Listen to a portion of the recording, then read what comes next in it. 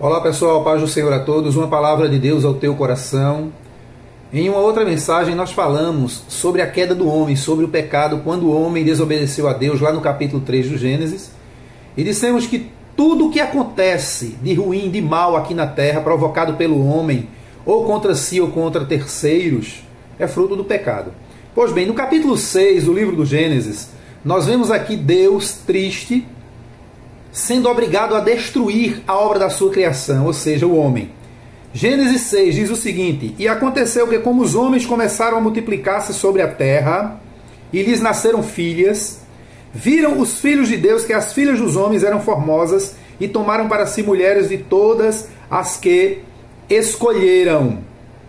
Então disse o Senhor: Não contenderá o meu espírito para sempre com o homem, porque ele também é carne, porém os seus dias serão 120 anos. Deus aqui já reduz o tempo de vida do homem, porque para trás, antes de Noé, você vai ver lá no Gênesis, os primeiros homens chegaram a viver 900 e tantos anos, foi baixando para 700, 600, né? Noé chegou a viver 600 e tantos anos, né? Pois bem, muito bem. Esse texto aqui nos mostra que as filhas dos homens, não é, que subentende-se ser as filhas da geração de Caim. Caim caiu em pecado, não é? Gerou uma geração corrompida. E os filhos de Deus aqui entende-se como a geração justa de Sete, não é? De Sete, que foi o filho mais novo de Adão. E aqui Deus observa que a terra estava corrompida. E lá no capítulo, no versículo 5 a 8, veja o que é que diz a palavra de Deus: a tristeza de Deus, a comoção de Deus e o apego de Deus, o amor de Deus para com o homem, mas ao mesmo tempo o repúdio de Deus para com o pecado, que esse repúdio de Deus ele é capaz de destruir o homem que tanto ama. É por isso, queridos, que muitas pessoas estão morrendo, às vezes de morte trágica, terríveis acontecimentos na terra, e as pessoas botam a mão na cabeça e dizem: que Deus é esse que mata, que faz as pessoas sofrer? Não, não é Deus, é o pecado. Que Deus, ele ama o homem com uma intensidade tão tremenda, mas ele abomina o pecado com uma intensidade tremenda também. E é capaz de destruir, matar o pecador por causa do pecado, porque Deus é santo. As pessoas precisam entender isso.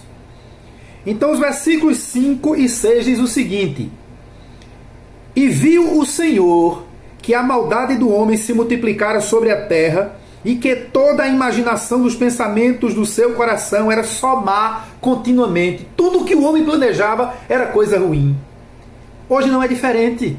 Existem pessoas malignas, terríveis, inclusive introduzidas nas igrejas, que não param, não cessam de projetar projetos malignos contra os outros, de pensar o que não presta, de fazer o que não presta.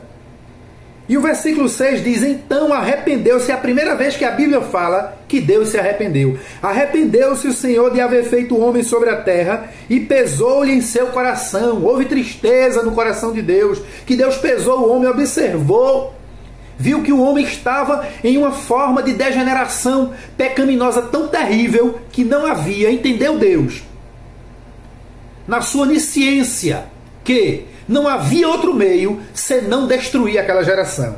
E ele encontrou um justo chamado Noé. Diz a Bíblia, o versículo 8: Noé, porém, achou graça aos olhos do Senhor. Vocês conhecem a história? Deus salvou a família de Noé e Noé, para que após o dilúvio, após a destruição de toda a terra, Deus recomeçasse do zero.